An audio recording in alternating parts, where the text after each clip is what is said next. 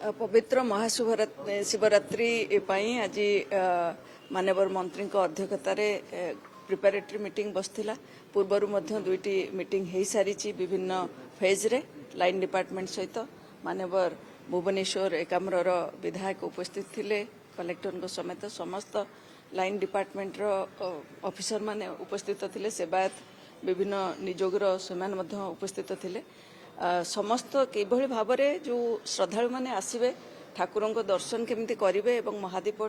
ठीक समय ठाकुर उठिबा सहित समस्त नीतिकांति केमिति ठीक भाव हम से विशद भाव आलोचना करागला मु धन्यवाद देवी माननीय मंत्री को आज गोटे नुआ कथा से कहते जे पूरा भुवनेश्वर से एकाम्र क्षेत्र किभली भाव गोटे आध्यात्मिक परिवेश सृष्टि हम से प्रभु शिवंकर भजन कीर्तन मध्य प्रति जगार बाजिब सेटा पूरा दिन तमाम बाजिब राति बाजिब पुणी तापरदिन पर्यंत तेणु गोटे बहुत सुंदर परिवेश सेटा क्रिएट हम आ सहित श्रद्धालु मान जो आसबे से माने किभली भाव में सुरक्षित भाव में आसबे एवं दर्शन करके जिबे सेथिपाई मध्य व्यवस्था करा जाउछि तेणु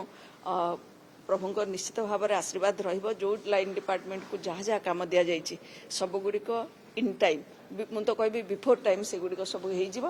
होठी मु कही रखा चाहूँगी गतकाली माननीय मंत्री निर्देश आम बीएमसी तरफ से समस्त लाइट गुड़िक लगी जाइए जो गुड़िक फिक्स लाइट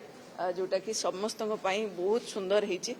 सेटा हो जाइए आउ जो सजासजी दायित्व पाखर आरंभ करी जहाँ को जहाँ दायित्व दि जाइए सब गुड़िक निर्धारित समय हम एवं ठाकुर आशीर्वाद रही एथर बहुत भल भाव में महाशिवरात्रि श्रद्धालु माने पालन करेंगे।